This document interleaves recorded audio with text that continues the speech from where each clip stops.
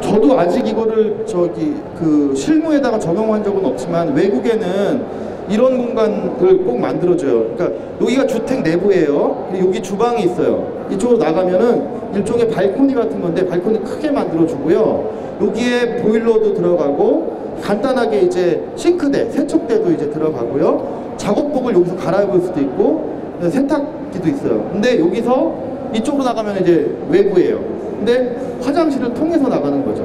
그리고 여기까지는 신발을 신고 들어오는 거예요. 그럼 신발 신고 일하다가 들어와서 여기서 작업복을 이제 실내복으로 갈아입고 이렇게 이제 가는 거죠. 일하다가 화장실 가려면은 현관 흙 묻은 장화로 현관에다가 장화 벗어놓고 들어가는 게 아니라 여기서 용변 보시고 다시 나가서 일하시고 요런 공간을 내가 농촌 계획할 때는 이렇게 만드는 게 좋고요. 외국은 많이 적용하는 그런 이제 모습입니다. 근데 이게 면적에 다 들어가는 거 아니냐. 이게 이제 3m거든요. 이렇게 하려면은 그러면은 발코니가 1.5m까지는 발코니로 인정받을 수 있어요.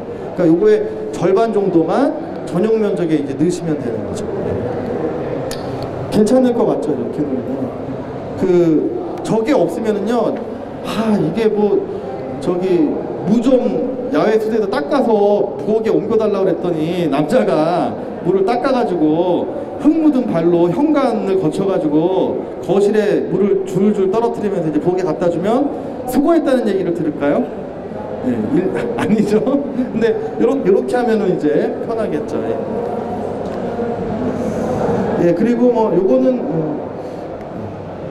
요런 것들을 이렇게 외부도 집자리를 안 칠 때 이미 텃밭은 어디에 할 거고 야외 수도 그다음에 장독대 이런 것까지 다 고려해서 주차장도 고려해서 이제 계획을 하셨으면 좋겠고요. 제가 세 번째로 이제 거의 마지막인데요. 아름다운 집. 여러분들 이제 사실 저 평면을 경험이 없는 분들이 이렇게 계획부터 하시는 게 사실 쉽지는 않아요. 누구 도움이 필요한데. 근데 자기 집의 가치를 누구나 가장 쉽게 올릴 수 있는 방법은 창호를 잘 계획하는 거예요. 네. 그래서 창호를 공사 이제 착공했는데 도면을 그때서 이렇게 보니까 이게 창호가 좀 여기에 적당하지 않은 것 같아. 이쪽으로 옮겨줘. 이런 거는 쉽게 할 수 있잖아요. 내가 사고할 수 있잖아요. 그래서 창호에 대한 얘기를 제가 이제 좀 해드리려고 합니다.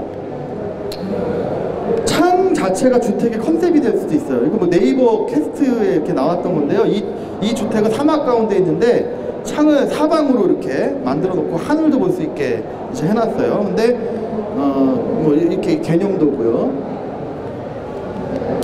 우리는 근데 이제 아파트에서 살다 보니까 우리가 알고 있는 창은 방창, 또 뭐 있습니까? 발코니 창. 세상에 창호는 2개밖에 없는 줄 알죠. 그래서 전원주택을 저도 거실 앞에 창은 꼭 발코니 창처럼 바닥까지 내려와야지 돼요, 농촌주택은. 근데 그게 이제 잘못된 게 있어요. 그래서 제가 우리 같이 설계하는 사람들이 창호 계획을 할 때 디자인 개념을 갖고 창호를 이렇게 분류하고 있습니다. 그걸 좀 말씀을 드리려고 합니다. 우리 한옥을 보잖아요. 창문이 요 한 면에서 똑같은 크기의 창문이 없죠. 근데 여러분들 시골집 생각하시면 꼭 할아버지가 안방 하면 할아버지가 뒷뜰을 바라볼 때 창문이 딱 있고요.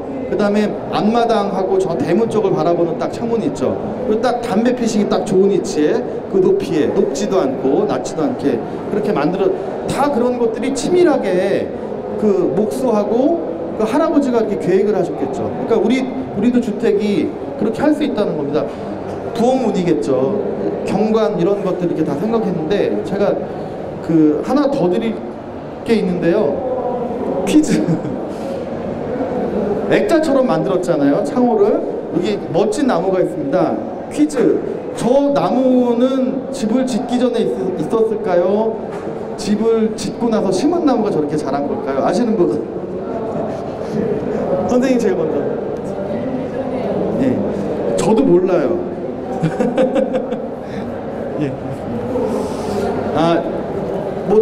그거는 제 지은 사람은 알겠죠. 근데 중요한 건 뭐냐면 내가 창문을 저렇게 계획해놓고 저게 나무를 심어갖고 내가 이제 저 나무를 그림처럼 이제 즐기겠다라는 의지가 근데 이제 짓기 전에 있었을 가능성이 더 좋게 많죠. 예. 근데 재밌는 거는요, 우리나라 창문은요, 창 위에 인방을 보내는데 이런 식으로 보내요. 그래서 저렇게 생기지 않아요, 인방이. 근데 이거는 액자를 딱 만들어줬죠. 인방 숨겨버렸죠. 그쵸? 그러니까 굉장히 의도를 갖고 있는 저 창문이죠. 딱 액자 같잖아요. 예. 그래서 아까 제가 디자인하는 사람들이 창호 개념 가는 게 첫 번째가 전창에 발코니 창 같은 거죠. 예, 이렇게 전창이죠. 이런 창. 근데 하나 말씀드릴 게 전원주택 지으실 때요, 전창을 이런 걸 만드시더라도 바닥에서부터 띄우셔야 돼요. 한 30cm 정도 띄운다고 해서 바깥으로 못 나가는 게 아니에요. 근데 저걸 바닥까지 내리면은 저렇게 올리면 답답해 보일 것 같죠. 근데 여러분들 저 그림 한번 보십시오. 답답해 보입니까? 아까 한옥에서 보여줬던 그 액자 같은 창하고 비슷하죠. 어둡지만은 저것도 바닥에서 살짝 올라가 있어요. 여러분들 그 우리 한옥의 안방 문을 이렇게 잘 관찰을 하시면은 문턱이 꼭 있어요. 바닥까지 내려가지 않죠. 근데 한옥 공부하시는 분들은 그게 찬바람이 겨울에 마루 바닥을 달아서 쭉 이제 오다가 문턱이 있으니까 탁 튀겨 나가는 거예요. 근데 그걸 딱 내려놓으면은 쑥 계속 그 풍압에 의해서 이렇게 주택 내부로 찬바람이 들어올 가능성이 많죠. 그러니까 미적인 이유 때문에라도 올리는 것이 더 좋고, 겨울에 찬바람이 그 땅을 타라서 이렇게 쭉 찬 공기는 바닥에 깔리니까 이렇게 오다가 저렇게 턱이 올라갔으면 이게 가고요. 단열재를 붙여주기가 좋아요. 바닥까지 붙여놓으면 거기에 우레탄 폼 써가지고 이게 잘 안 돼요. 그러니까 저렇게 올려주는 게 이제 좋고요. 두 번째는 긴 창이에요. 여러분들 이 방에다 창을 만들면 대개는 여기 벽 이렇게 창을 만드실 거예요. 근데 이렇게 이걸 수평 긴 창이라고 합니다. 그러면 저거는 꼭 파노라마 영화 보는 것 같죠. 예, 저렇게 이제 디자인을 하기도 합니다. 그 다음에 한쪽 벽체에 모서리에다 이렇게 수직 긴 창을 이렇게 이건 수직 긴 창이라고 하고요. 그 다음에 구멍창, 이렇게 구멍을 만들어서 굉장히 유명한 그림인데요. 한쪽 벽으로 빛을 이렇게 딱 때려주는 거예요. 예. 저게 일종의 이제 무대의 스포트라이트 같은 역할을 하는 거죠. 예. 그리고 바닥에다 창을 놓기도 합니다. 이렇게. 예. 일본의 안도다다오라고 하는 유명한 이제 건축가가 설계한 건데요. 여기 이제 나무가 있는데 이 나무의 크기로 봐서는 이 나무가 이렇게 크게 볼품이 있어 보이진 않아요. 근데 바닥에 딱 창을 놓고 땅하고 만나는 곳만 이렇게 딱 보여주니까 왠지 뭔가 이렇게 느낌이 있잖아요. 예. 그래서 이런 창을 쓰기도 하고요. 또 층고를 높게 하면은 겨울에 난방비가 많이 들겠죠. 그렇지만 이렇게 한쪽만 좁게 높게 하면은 이게 그 주택 환경이 굉장히 좋습니다. 빛도 이렇게 깊숙하게 이제 들어올 수도 있고요. 여름에는 더운 공기를 빨리 위로 해서 빼줄 수가 있어요. 훨씬 더 시원해요. 예. 그리고 이제 그런 것들이 실제로 주택에서는 막 섞여져서 나타나죠. 전창, 수평긴창. 예. 그리고 이거는 이제 빌라 사보아라고 20세기에서 제일 유명한 주택이거든요. 이 주택의 컨셉은 수평긴창, 사면이. 예. 그것만으로도 아주 이제 재밌는 주택을 만들었어요. 내부에서 보는 거예요. 이런 식으로. 예. 요거는 이렇게 제가 설계한 건데요. 수평긴창을 황토집에다가 수평긴창을 만들었죠. 근데 수평긴창을 만들면 이 하중이 창틀이 받는 게 아니잖아요. 자세히 보시면 여기 기둥이 이렇게 나무 기둥으로 이렇게 군데군데 이렇게 해놨어요. 예. 그리고 수평긴창, 높은 창, 구멍창들을 이렇게 조화를 이루게 이렇게 하는 방법도 있습니다. 예. 뭐 이 잡지에서 나오는 것들인데 이렇게 이제 그러니까 요 전창이 이게 왜 이뻐 보이냐면요, 면이 있어서 그래요. 예. 이렇게. 예. 그래서 요런 그냥 대충 이제 앞으로는 건축 잡지나 이런 그 주택을 소개하는 책들을 보면 아, 창이 어떻게 계획돼 있지? 제가 말씀드렸던 어떤 창인지 이렇게 분석해 보시는 게 필요할 것 같습니다. 바닥창, 아까 그 제가 설계한 주택이거든요. 저쪽이 주차장이고 여기가 현관이에요. 그래서 낯선 사람이 오면 이렇게 걸어오면 이 사람은 주택 내부를 볼 수 없어요. 근데 주택 내부에 있는 사람은 누가 오는지 알죠. 발이 보이니까. 예. 이게 재밌어요. 예. 그리고 뒤쪽이 북쪽이거든요. 여름에 여기 창문 열어놓으면 찬바람이 깔려가지고 이렇게 들어오죠. 그리고 마당이 남쪽이거든요. 남쪽의 대류현상. 마당이 뜨거워지니까 이제 뜨거운 공기가 위로 올라가잖아요. 그러니까 올라가면서 주변의 찬 공기를 이제 주택 내부로 끌어들이는 거죠. 네, 그래서 바닥창을 저렇게 이제 북쪽 시원한 공기 쪽에 만들어주면 여름에 시원한 공기를 주택 내부로 이제 끌어들일 수도 있습니다. 네, 아까 보여드렸죠. 이렇게 굉장히 유명한 작품들인데요. 보면은 성당 가시면 이런 광경들 이렇게 많이 경험해 보실 수 있을 것 같습니다. 근데 둘 다 계단이 올라가서 또 올라가는데 일부러 벌려놨죠. 왜 벌려놨냐면 빛을 이렇게 깊숙한 데 끌어들이려고. 만약에 일반적으로 와서 이렇게 해놓고 여기는 굉장히 기분 나쁜 공간이 이제 되는데 그렇지 않죠. 또 하나 재밌는 건 이 그림이 달려 있어요. 이게 금색이에요. 그러니까 빛이 더 이렇게 그 효과적으로 들어오게 이렇게 의도한 겁니다. 제가 살고 있는 집인데요. 여기가 북쪽 벽이에요. 네, 제일 어두운 데예요. 근데 요 위에서부터 요 계단 밑을 통해서 빛이 이렇게 들어오고 있죠. 정남향이거든요. 그러니까 12시쯤 되면은 빛이 여기 딱 떨어집니다. 그리고 겨울이 되면은요, 이 빛이 12시에 빛이 이렇게 올라가요. 이만큼까지. 여름이 되면 이렇게 낮아져요. 태양이 겨울에는요, 요 정도에서 12시에 있고요. 여름에는 이렇게 있어요. 근데 그것을 이렇게 느낄 수가 있죠. 그리고 요 다락에 올라가는 계단인데 저쪽에서 빛이 계단 이렇게 피아노 같이 군만처럼 생겼잖아요. 백화마을은 다 저렇게 이제 높은 곳에서 작은 빛이 주택 깊숙이 떨어지는 것이 상당히 이제 주택을 아름답게 해주는데요. 백화마을 사람들한테는 제가 이런 설명을 안 했는데 나중에 저한테 백화마을 주택에는 중심이 있는 것 같다고. 무슨 얘기냐고 내가 그랬더니 자기가 커피를 마시거나 책을 보면은 꼭 요 계단에 걸터 앉아서 보면 이렇게 기분이 좋대요. 그러니까 주택이 위로해 줄 수 있어요. 사람을 위안을 줄 수 있고요. 뭐 때문에 저 이렇게 높은 곳에서 떨어지는 어두운 곳으로 떨어지는 작은 빛. 연극 무대에 배우들이 한 명 없어도 의자 하나 갖다 놓고 스포트라이트를 때리면 그걸 보고 굉장히 많은 생각을 이제 할 수 있잖아요. 그것처럼 자기 주택에도 저렇게 이제 아름다운 집을 만든다라는 거는 좋은 재료를 써서 이렇게 하는 것이 아니라 평범하게 이렇게 하지만은 저렇게 빛을 연출하는 거가 이제 필요하다고 생각합니다. 저희 기농교육 첫 번째 했을 때 교육생 중에 충남 아산에 땅을 사놓으신 분이 있었어요. 설계를 다 해놨는데 교육을 받고 가서 뭘 하셨냐면 다락을 만들고 다락 위쪽에서 빛이 들어와서 다락으로 올라가는 계단을 북쪽에다 놔둬가지고 빛이 이렇게 떨어지게 하셨고요. 여기 창문으로 수평기장을 딱 계획을 하셨죠. 여기는 저쪽이 남쪽인데 남쪽에 다른 집이 있어요. 여기는 저쪽이 이렇게 먼 조망이 이렇게 보여요. 그래서 교육 받으시고 요거 하나로 집의 가치가 굉장히 많이 달라졌겠죠. 근데 돈이 얼마가 더 드셨을까요? 더 들지 않았겠죠. 예. 그러니까 여러분들 뭐 오늘 교육을 통해서 뭐 여러 가지 얘기 들으셨겠지만은 창문 하나, 그 다음에 아까 황토벽돌에 왕겨 넣는 거 이렇게 기억해 주셨으면 좋겠고요. 시간이 많이 경과됐을 것 같은데요. 2시쯤 아닌가요? 50분. 예, 그러면 제가 이제 집에 대한 얘기는 뭐 이 정도로 하고요. 혹시 집 관련해서 궁금한 거 있으신 분 이렇게 질문해 주시면 제가 답변 드리겠습니다. 예. 또 하나는 이렇게 마을에 대한 얘기를 하고 싶어요. 아까 제가 처음에 들어갈 때 그런 얘기를 했어요. 농촌으로 가는 거는 혼자 살지 못한다. 예전에는요, 귀농하시는 분들이 저희가 농어촌 빈집 주인 찾기 사업단 저희가 하는데 어떤 빈집을 선호하시냐면 마을에서 뚝 떨어져 있는데. 네. 그래서 실제로 이제 그런 땅이나 그런 집을 이렇게 구하셔가지고 집을 지으시려고 하면 어떤 문제가 생기냐면 집사람이 여자분들이 야, 난 여기서 무서워서 못 산다고.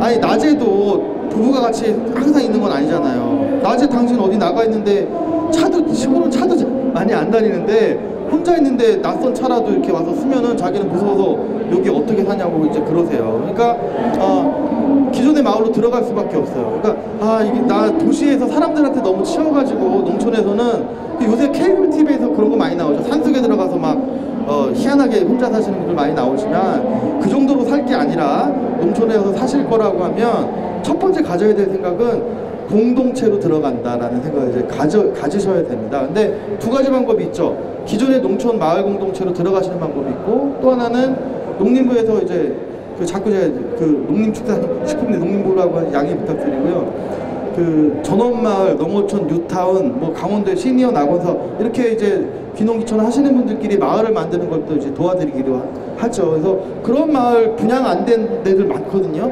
예. 그러니까 그런 데를 적극적으로 좀 찾아보시는 게, 분양 안 된 데들 이제 아주 할인 많이 해주는 데도 많이 있습니다. 그리고 저희 회사도 이제 그 마을을 계속 만들고 있으니까 그렇게 하는 게 이제 좋죠. 왜 그 마을을 지원을 해주냐면요, 개별적으로 가니까 이 사람들하고 관계 때문에 다시 나오시는 분들이 많은 거예요. 그러니까 너네들 그 입장이 같은 사람들끼리 이제 공동체를 이루면은 정착률이 좀 더 있지 않을까 이런 생각을 했는데 저희 백화마을이 2년 반이 됐는데 한 5가구 정도가 들어오셨다가 다시 나가셨어요. 여러 가지 이유로. 근데 처음에 한 1년 동안 지역사회에서 백화마을 사람들을 바라보는 것이 굉장히 이제 부정적이에요. 아, 자기들밖에 모르고, 지들끼리 뭐 이렇게 산다고. 근데 지금 2년 반이 지났잖아요. 어떻게 됐냐면 되게 좋아하세요. 왜 그렇게 되냐면 사람들하고 관계가 생기는 거예요. 아이들 이제 학부 형들끼리 이제 친해지고, 예. 그 다음에 뭐 이제 테니스 같이, 뭐 배드민턴 같이 하고, 뭐 이러면서 하니까 서로 이해하게 되는 거죠. 그래서 저는 이제 영동이니까 포도, 감 이런 거 수확할 때 되면은 이렇게 한번 쪼아 먹은 것들 막 이제 갖다 주고 이제 그러시거든요. 그래서 근데 이제 개별적으로 가시면 이게 그것을 회복하는 것이 좀 이제 어려울 수 있죠. 예. 근데 마을을 이루면은요, 그러니까 우리가 좋은 마을이라고 하는 건 2가지 조건이 필요하대요. 하나는 친숙해야 되고 또 하나는 생기 있어야 된대요. 근데 우리 기존 농촌 마을을 지금 살펴보면은요, 2가지 조건 중에 하나는 굉장히 좋아요. 친숙하죠. 거기 사시는 분들끼리 너무 잘 알고 눈 감고도 동네를 걸어 다닐 수 있으실 거예요, 사시는 분들은. 근데 문제가 생겼죠. 너무 이제 고령화되고 젊은 사람들이 없다 보니까 생기를 잃었죠. 예. 그러니까 우리가 이제 귀농귀촌 해갖고 왜 정부에서 이것 때문에 이제 이렇게 해주는 거죠. 근데 가면은 친숙하지 않으니까 불편하죠. 서로 간에 불편한 거죠. 예. 그래서 어떻게 되냐면 동전의 양면처럼 피할 수 없다. 예. 결국은 우리는 생기를 가지고 가고 친숙한 건 시간이 걸리겠지만은 시간이 지나면 자연스럽게 이제 해결이 된다라는 거고요. 너무 급하게 친해지려고 하면은 문제가 좀 생기더라고요. 예. 그리고 이제 마을에서, 저희 백화마을에서는 거의 다 이제 백화마을에 지금 벌어지고 있는 일들이에요.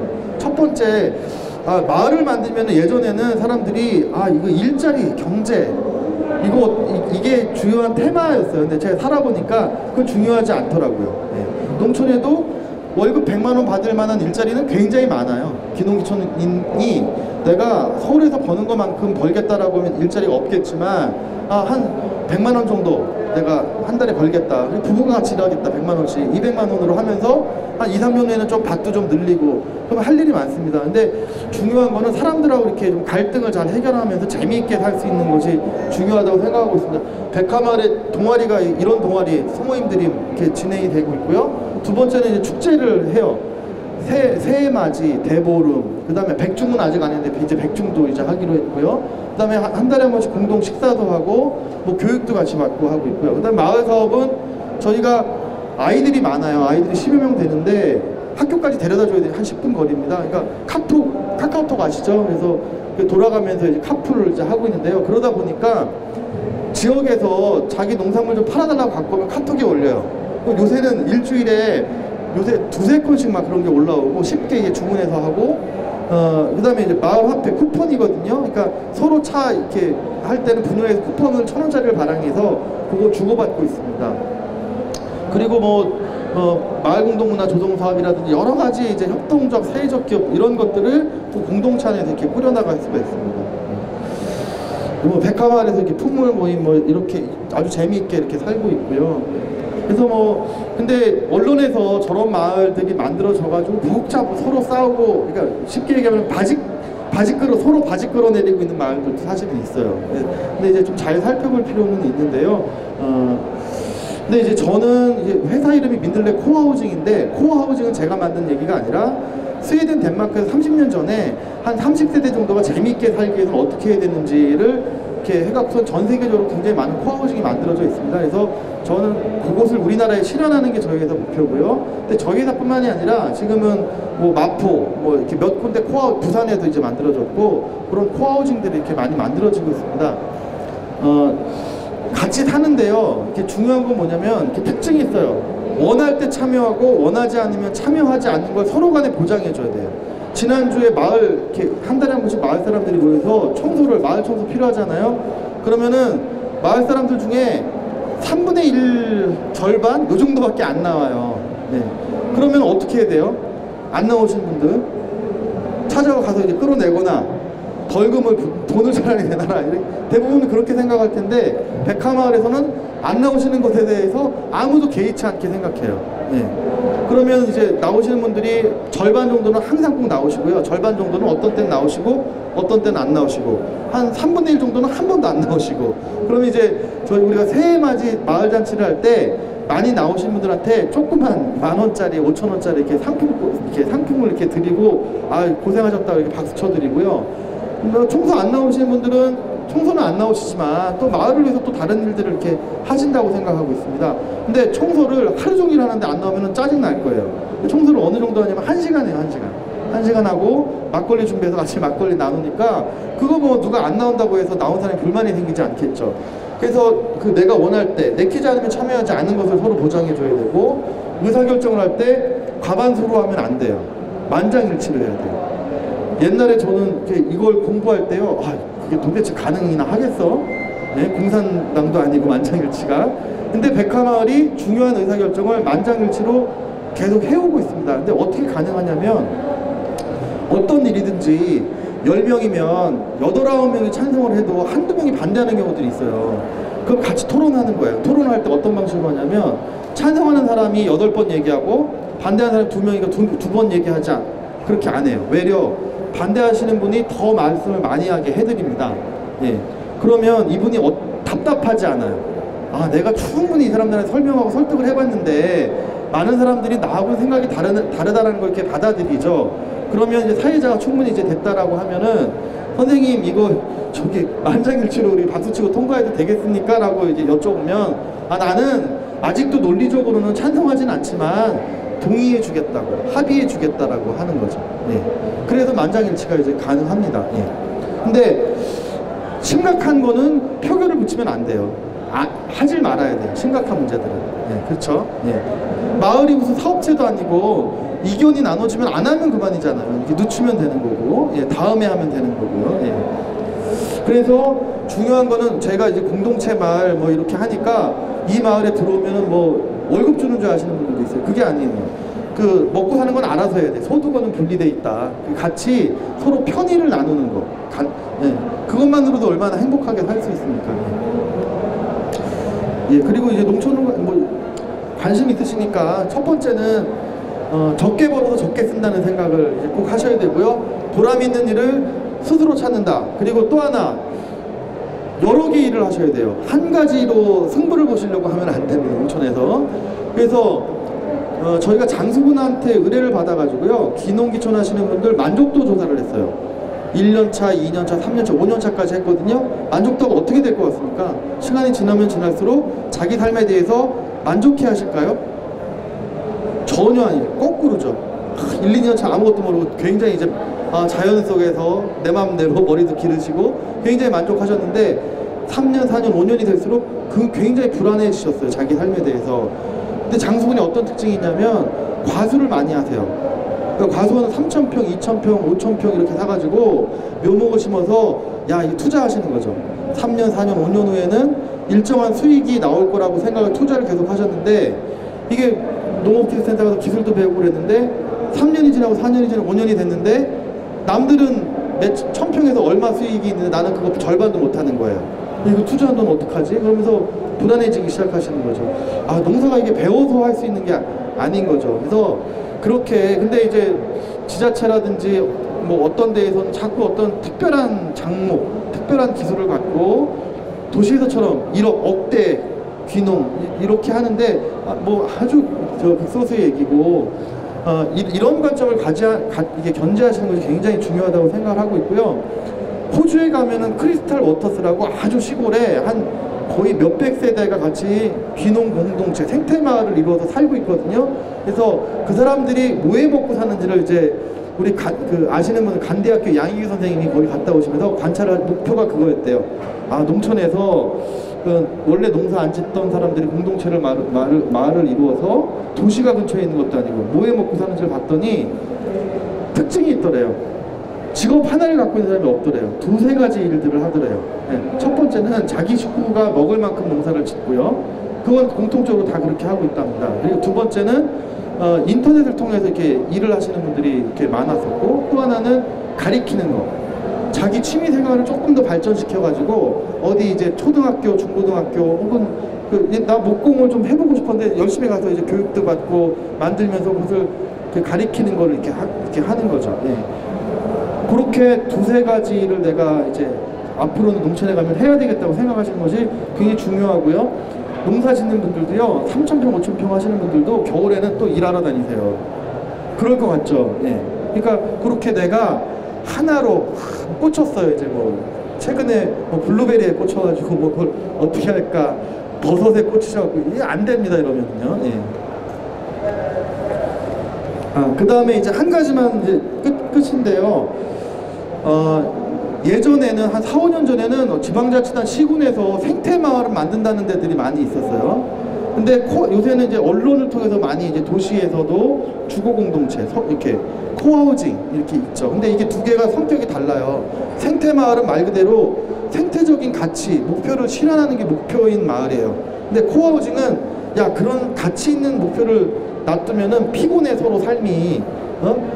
생태마을, 그러니까 이제 그런 거 말고 서로 같이 편리할 수 있는 것들을 적극적으로 찾아서 재밌게 살자, 이런 거거든요. 근데 지금은 세계적으로 어떻게 됐냐면, 예전에는 이렇게 딱 구분이 됐어요. 근데 지금은 점점 이게 섞였어요. 왜 섞이냐면, 생태마을 쪽에서는 야, 맨날 싸우는 거죠. 야, 농약을 쳐야 돼 말아야 돼, 뭐 맨날 싸우는 건데, 선생님이 또 있는 거죠. 선생님이 이제 너 그렇게 살면 어떡해, 뭐 세제 그렇게 쓰면, 이러니까 이제 너무 우리 피곤하게 살았어, 너무 상처 많이 줬어, 이제 이렇게 반성을 하고, 그래서 우리 코하우징의 방법을 좀 이렇게 가져와 보자. 우리가 뭐 그렇게 해서도 우리가 가치도 실현할 수 있지 않을까, 이렇게 생각을 하고요.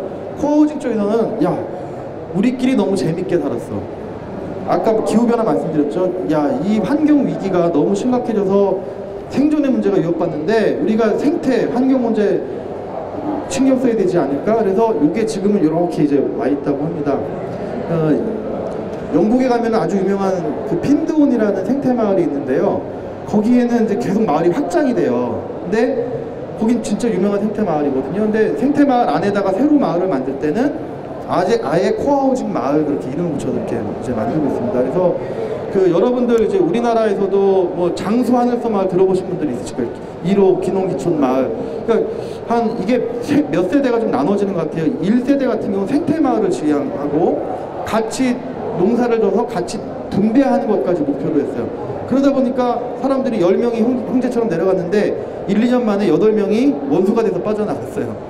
근데 이제 최근에는 집은 지어져 있으니까 다른 사람들이 들어와서 아주 재밌게 사세요. 먹고 사는 건 알아서 해라 각자. 근데 아이들을 돌보고 취미 활동을 하고 판매처를 같이 이제 확보하는 거는 같이 하겠다. 그래서 아주 행복하게 사시는, 그러니까 목표가 너무 높으면 힘든 거죠. 그래서 그런 지금은 저희 회사에서 만드는 마을 말고도 아주 재미있게 이렇게 그런 이제 사회적으로 경험이 쌓이니까 공동체, 아주 재밌게 사는 공동체 마을이 많이 있습니다. 그래서 너무 새로운 마을에 들어가는 건 너무 복잡할 거야, 부작용이 많아, 이웃 때문에 내가 힘들 거야, 이런 생각하지 말고 생각하지 마시고 적극적으로 한번 함께 사는 마을들을 이제 고려하시고요. 그래도 나는 기존 농촌에 들어가시겠어 하면은 귀농귀촌하는 것은 혼자 살 수 없다. 기존 공동체에 들어간다라는 그런 생각을 하시고 귀농귀촌을 이제 준비하셨으면 좋겠습니다. 혹시 질문 여기까지고요. 질문 있으신 분들 질문해 주시면 제가 답변 드리고 마치도록 하겠습니다.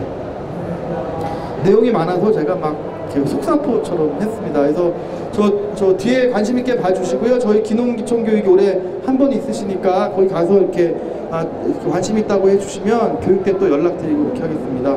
예, 감사합니다. 예.